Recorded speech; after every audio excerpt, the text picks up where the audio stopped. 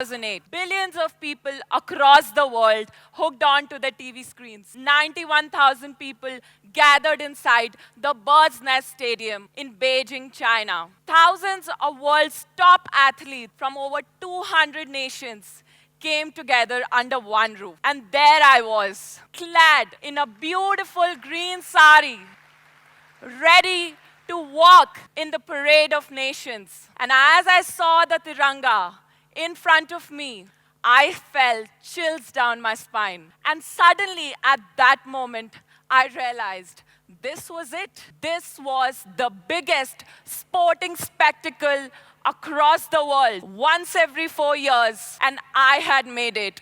It was the Olympic Games. And as I stepped inside the Bird's Nest Stadium, I pinched myself. Not once, twice. It was hard to believe I was there. We walked across, waving to the crowd, and all I could see were flashes of lights. And within that moment, those 12 years of hard work all came flashing across my mind. Practicing every day at 5:30 a.m. in the morning, the hard work, the toil, the sweat, and many times the blood, it all came flashing inside my mind. And that is when it felt all worth it. And that was it, when I had made it. With the top athletes in the world, the only woman to represent India at the 2008 Beijing Olympics in table tennis. I was there. But when I started playing table tennis back in 1997, I was a little plump, very little kid from Delhi who also liked cartoons and loved going to school. I had a very unique love-hate relationship with the sport. I had no idea why I started playing. I had no idea why I was practicing. And I had no idea why I was working so hard. Or what I could recall, I only practiced. I loved going to the sessions because I used to hang out with my brother all the time. And I had a very unique technique. So unique that when in 2001, I won the first national championship, the top Indian coach at that time told me, you won the juniors, but you'll never make it big in the senior category. Now let me explain to you what this unique technique was. The black side of the rubber, think of it as a nicely newly painted wall. If you throw a ball at it, it'll respond, throw the ball back to you in a similar fashion. But mine, the red side that you see, is the long pimples. Now think that newly painted wall now has a lot of bumps into it. It is rough, it is uneven. Throw a ball back at it and you don't know how the ball will come back. These long pimples of mine would produce an opposite effect of whatever you throw at it and send the ball wobbling back to the opponent. So much so to produce a surprise element. And the technique was so unique that very few players across the world would use it. Thus, for me and my coach, there was no norm. There wasn't a set way to play this. There weren't any YouTube videos to watch. There weren't any role models to emulate. And thus, we had to innovate. We had to learn our own technique. We had to craft our own journey. And me and my coach set on this journey, which was so unique, which was so unknown and unheard of.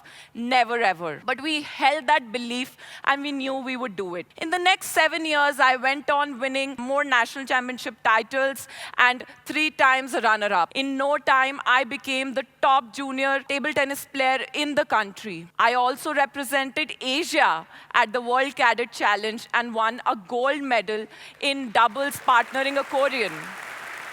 But while we were set on this journey, life was so not normal. There were no time to invest in friendship. At school, my classmates even forget that I existed. Even on tour, at that time, it was dominated by players from states like Bengal, Maharashtra, and Tamil Nadu. And here there was this girl with this unique technique, curly hair, ready to rock on, who just became the topmost junior player in the country from Delhi. It was leading a very lonely, secluded life. But I was there because of the backing of an excellent support system of my parents, my coach, and my family. I have 2 elder brothers, but I I was the favored kid. And this favored kid, who had no clue what I was doing back in 1997, soon set her eyes on the Olympics. In 2008, when I finally made it, that's when I realized how far away we were from winning an Olympic medal. I lost the first round there at the Olympics to a Chinese from Australia. And that's when I realized the magnitude of my achievement. For a girl at that time to make it to the Olympics was itself a dream come true. But I wanted to win an Olympic medal for India. But the harsh reality was losing in the first round, that I was very, very far away from it. But I set my eyes on it and I said I wanted to break the glass ceiling and I wanted to be the one who's never done that. I wanted to do the unknown, the unthinkable. Moving ahead, well, life is unexpected. Things don't go how you think it would go. Then what happened is something which shook me. In January 2009, back of playing the Olympics and winning the gold at the Commonwealth Youth Games, at the national championship, I lost in the pre-quarterfinals. And sport is very cruel, you know. When you lose, you don't lose in isolation. You lose in a packed stadium. And when you're the topmost player in the country, people love it when you lose. Who doesn't like an underdog story? Even the press writes you off. And for the one who loses, it's humiliating. Every single competitor of yours out there is loving your loss. Soon, I was thrown out of the Indian team. I fell outside of the top 16 in the country. I cried. I cried so hard, and I cried more.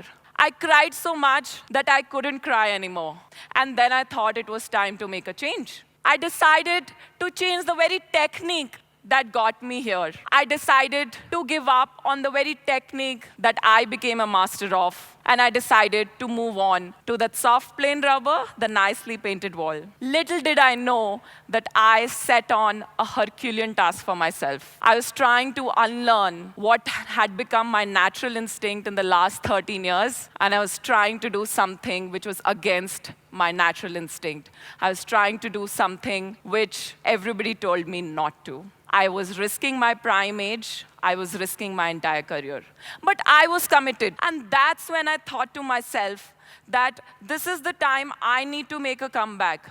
And I set on a journey. I worked hard like never before. I practiced 4 sessions every day. I did everything possible that I knew and I could do to make a comeback. I worked with a psychologist. I worked on video analysis. That plump little kid was not plump anymore. I was my fittest self. But then destiny had some other choices. They had some other plans for myself. I rose up to the number 5 player in the country, but that was not it. I could not cross the quarterfinal mark. And that is when, in October 2012, I wanted to finally give up. I wanted to stop being Neha Agarwal, the athlete. I wanted to give up the only thing I ever knew was playing table tennis and doing it the best. I wanted to finally give up. I had no idea what would I do if I don't play table tennis, but I knew that this is what I don't want to do. The national championships were coming up after 4 months, and my then mentor, I told him that I'm done. He told me, just hang in there for 4 more months. Trust me, it will work on. If it doesn't, do what you want. And again, I set on a journey and embracing the path which I had no idea what would bring. 2 months into that, I actually, one day in training, I thought to myself, what if I can marry both the techniques? The one which I was a master of, and the one which I had practiced rigorously in the last 3 years, and make a deadly combination of both. And then attack and defend from both rubbers. What if I could do that? What if I could achieve it? And I think times changed. In January 2013, I was not selected to be part of the PSPB team, which comprises of the top 5 players in the country, and decided to play for my state. And I'm so proud to say that it was the first time in the history of Indian table tennis that Team Delhi, which I had captained, won the national championship for the first time ever.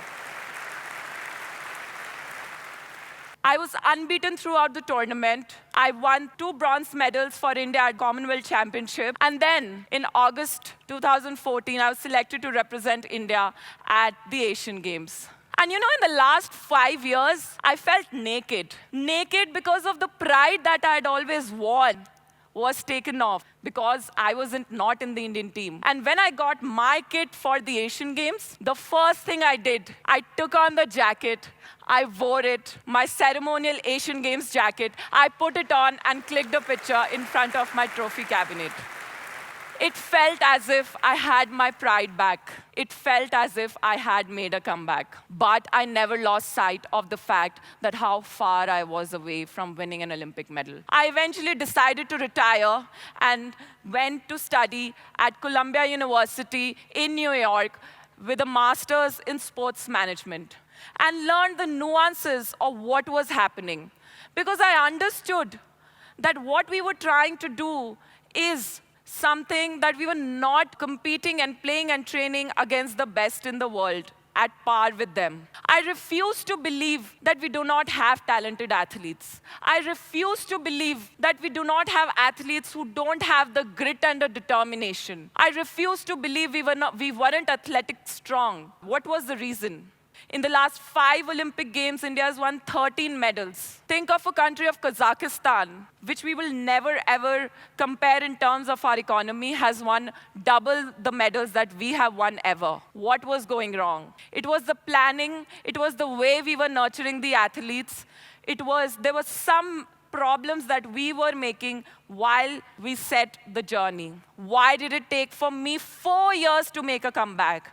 And I was determined to make sure the mistakes that we made at our time will not be made with the next generation of athletes. And it was a no-brainer at that time to join the mission of two of India's sporting legends, Geet Sethi and Prakash Padukone, in their mission to help the Indian athletes win Olympic gold medals.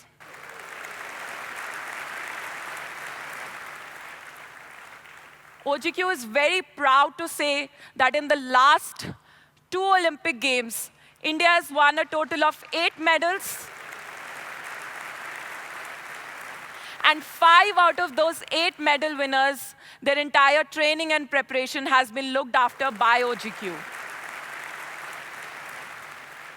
PV Sindhu, Saina Nehwal, NC Mary Kom, Gagan Narang, and Vijay Kumar. And that is what we want to do. At OGQ, we want to ensure our athletes have access to the best coaches in the country or abroad, so be it foreign or Indian coaches. We want to ensure that they play at the right tournaments, in the right training areas, be in India and abroad. We want to make sure that we give them the best equipment that they need to play with. We have a world-class team of sports science experts. We have a world-class team of doctors, trainers, physiotherapists, psychologists who are working 24/7 with our athletes on ground. And together, adding on to sports legends like Viren Raskina and Vishwanathan Anand, we all want to ensure that the mistakes that we made at our time are not repeated and are not made ever again. Because it's that 1% which actually makes or defines if you're a participant or a medal winner at the Olympic Games. We want to ensure that we get 1% better in training, we get 1% better in competition, we get 1% better in our strength, we will get 1% better mentally, and there we will be there at par with the best athletes in the world. That plump little 7-year-old girl who used to wake up at 5:30 a.m. in the morning, I still do that. I still embrace the unknown, crafting my own journey, and never losing the sight of the bigger picture. I still wake up every day to help our athletes win those elusive gold medals. Because it takes just 6 grams of gold to lift the worth of the nation.